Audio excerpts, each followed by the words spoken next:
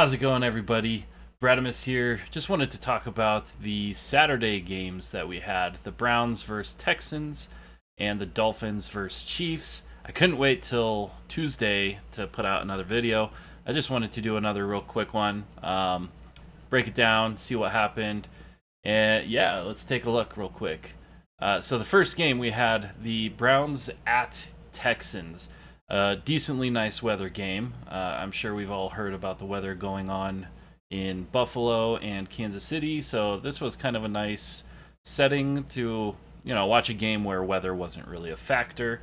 But hey, how about those Texans? I mean, look at that, 45-14. I thought this would be a lot closer of a game. The Browns have a pretty good defense, coached by Jim Schwartz. He's, in my opinion, a good coordinator. I was surprised that the Texans put up 45 on them. I know there was a couple pick sixes, so that kind of alters the view a little bit. But still, they handed it to the Browns, and it's super impressive. And if you look quarter by quarter, Houston 10-7, Houston 14-7, Houston 14-0. They just shut Cleveland out the entire second half. It's like Cleveland gave up or something. I don't know. It was still a fun game to watch. I'm really impressed with the Texans. Are they a Super Bowl team? I don't know. They got some young talent. They got good talent. They're up and coming. I really like DeMeco Ryans. I'm a big fan of his. I liked him in Houston when he was there. I liked him when the Eagles picked him up for a couple years. Even though he didn't pan out too much, I still thought he did good overall. Seeing him coach a team to the playoffs in his first season as head coach, super impressed with that. But you got to look at this Houston team. Let's take a look at their depth chart real quick. I mean, now this is their unofficial depth chart. Obviously, it changes. The quarterback, C.J. Stroud, you've been hearing news about him this year. Rookie, over 4,000 yards.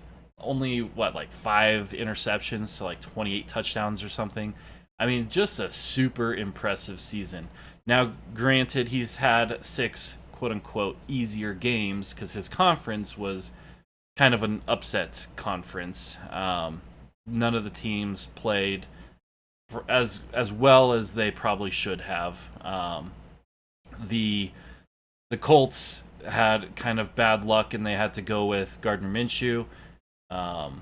But, overall, you can't deny it. CJ Stroud has just been playing phenomenal. Look at the rest of their roster. How many of these guys, if you're not a Houston Texans fan, right? I mean, if you're a Houston Texans fan, I expect you to know several of these names. But for non-Houston Texans fans, what names do you just recognize? Devin Singletary probably pops out to you. Damian Pierce, but he's the second string running back, right? According to this. Devin Singletary, he's been around for a few years. He's had several good years, so he should be known. Andrew Beck, fullback, you've probably not heard of him. Fullbacks aren't widely known. That's all right. But then you look at their wide receivers. Robert Woods, everyone should know, okay? Everyone should know Robert Woods. He's a good wide receiver. Is he a wide receiver 1? Well, he's showing he should be this year, but in general, Cooper Kupp outplayed him, right? Or kind of did. But having him on to lead the roster, I mean, he's 31 years old. He's getting up there, and having him as a veteran presence with Nico Collins, Noah Brown, Xavier Hutchinson. I mean, these guys. A lot of these guys, most people have never heard of, right? So having him there is money for this team. Tight end Dalton Schultz, another name that people should probably recognize. Left tackle Laramie Tunsil, you should probably hear about him too. He's a good left tackle, one of the top ones. But the rest of the guys you might not have heard of. Scruggs maybe, Delter, Mason, Heck. I don't know. I've personally heard of them because I'm a fan, but I don't really know about them, if that makes sense. But as a unit, this team has been really impressive this year. Well coached, gotta love it. Let's take a look at their defense. Will Anderson, defensive end, backed up by Derek Barnett, as many Eagles fans know, he was a Eagles backup for a while, um, and now he's showing flashes again. And so, in my opinion, he's not being or he wasn't being used well in Philadelphia. He does have the penalties problem, and so hopefully, I haven't really paid too much attention to the penalty situation for the Houston Texans, but hopefully, he's turned it around and he's just like a sack machine or something. But he can make some dumb penalties. Hopefully, he's doing better though. Malik Collins, Sheldon Rankins. I mean, a lot of these guys you might not have heard of either. Some of them you probably have, obviously. But, I mean, this roster is just full of younger talent that, hasn't made a name for themselves. They're starting to. They're in the playoff. They've passed the wild card weekend. They're in the divisional round. So pay attention to these guys. Cameron Johnston. I mean, this team is just well built, if that makes sense. And just well coached. DeMeco Ryans, he was the defensive coordinator for the 49ers last year. 49ers had one of the best defenses. He knows he can pick players. I mean, he can find people, and he can coach them too. I'm sad as an Eagles fan that our defense is not the same level of defense as like the 49ers because that's the type of defense I want. And now DeMeco Ryans is bringing that type of game to Texans, and this is just his first year. Texans, you guys should be excited for this team. I know I am. I'm a fan. There's nobody really I don't like on the team. So yeah, I mean, it's exciting.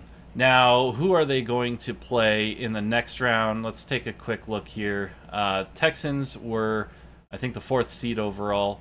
And so that'll have them. Let's see here. Dolphins were eliminated. Who do we got? The Bills versus Steelers.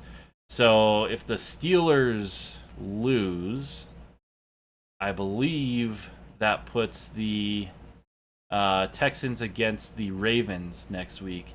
And I don't think the Texans got it to beat the Ravens. The Ravens are a really solid team overall. Well coached. Harbaugh, he's been in the league for a long time. Always a winning coach. Just really tough to beat them every single week. In the playoffs, they've got their work cut out for them.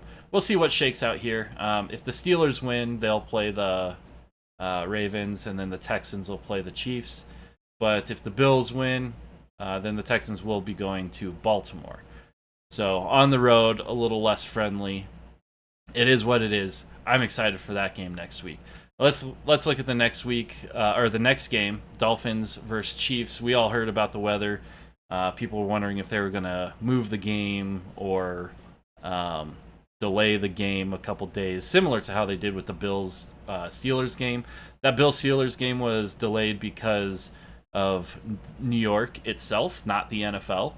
There's the travel ban, so people like coaches, players, and stuff couldn't even get to there. So they had to delay it. So that wasn't an NFL decision.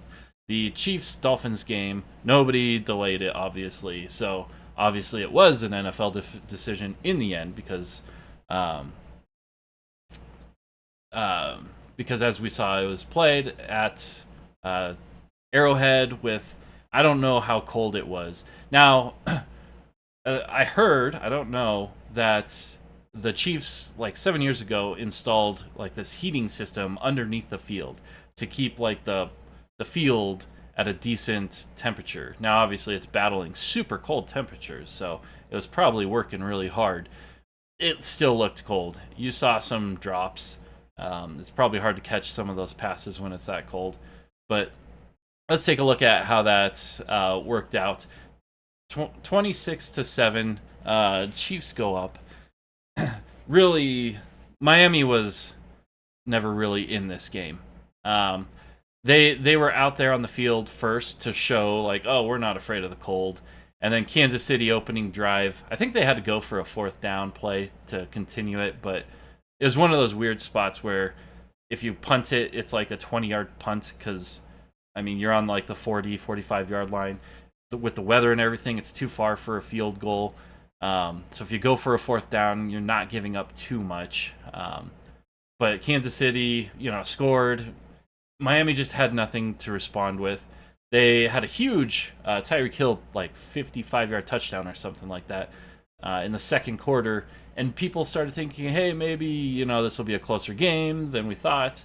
The Chiefs pulled ahead again a little bit more, and then they just couldn't be stopped. They could be stopped, obviously. They scored 10 points in the second half, but it was a cold game, and the Miami Dolphins just could not get anything going. It was really disappointing. I've heard Tua in his NFL career has only won one game that was below like 70 degrees out of like the 8 or 9 or 10 whatever he's played. Only won one game. And when it was below like 50 degrees, he hasn't won any of those games. And so you can imagine this game where it was negative 5 degrees or whatever. You can imagine that, I don't know, maybe weather affects him. I mean, he's in a good spot in Miami. I mean, if you want to talk about playing in warm weather, that's where you want to be. But if you want to win Super Bowls, you got to play in the playoffs, and odds are you're going to play an outdoor cold weather team, and you got to do better than that. Or you got to do better during the regular season so you get the home game instead of the Chiefs. So you want to talk about home field advantage right there. That's it. That's it right there. The Chiefs, they're used to playing in colder weather. So anyways, that's a quick recap. Kansas City Chiefs. Kansas City will most likely, in my view, be going to play, or not going to play. They'll be playing Buffalo in the divisional round. Dolphins were eliminated. The Texans will be playing either the Steelers or the Ravens. So we'll see how those games come about. Today is all about NFC with Green Bay and Cowboys, and then the Rams at the Lions. These are all games that I'm excited for. I don't think the Cowboys-Packers game will be that exciting, but we'll see how that one plays out. If the Packers show up to play, you never know. But the Rams and Lions game, I'm excited to watch that one. I was pretty upset about the Chiefs-Dolphins game only being on Peacock. I don't like the way the NFL is going. To watch NFL games, you have to have 6 different services now. You can't just watch... I mean, there's always been your local games you could always watch. Then if you wanted to watch other games, it was always the NFL... Well, not always, but NFL Sunday Ticket, right? And then they started doing Thursday games on Amazon Prime. So if you wanted to watch Thursday games, now you have to have Amazon Prime. This is the, I think, second game this season, first game ever, where a postseason game was essentially locked behind a paid service, right? And not just on live TV. And that is really upsetting to me. I don't know if it's about money. It's obviously about money, but I don't know how the money works out where that would work in their favor unless Peacock said, we'll pay you more money than you would have made if it was just on live TV, because they would have gotten more viewers on live TV. How many people have Peacock? I'll admit I have it, but only because my internet package, I get 2 years free of Peacock, so I figured, okay, I mean, if it's free, it's free, you know. I'm not gonna go into whether how much I like Peacock or not. I'm not a fan of it being locked behind a service. So that is what it is. That's my take on that. We'll take a look at these Sunday games as they happen today, starting in about 3 hours here. So that'll be exciting. And then Monday we'll finish off with the Bills and Steelers game, with the Eagles and Buccaneers game. So I'll probably put out another video tomorrow morning after the games have taken place. Maybe tonight if I have time. But yeah, we'll see. Good games tonight, good games yesterday. We'll see how it goes. Anyways, thanks for watching, guys. I'll catch you in the next one.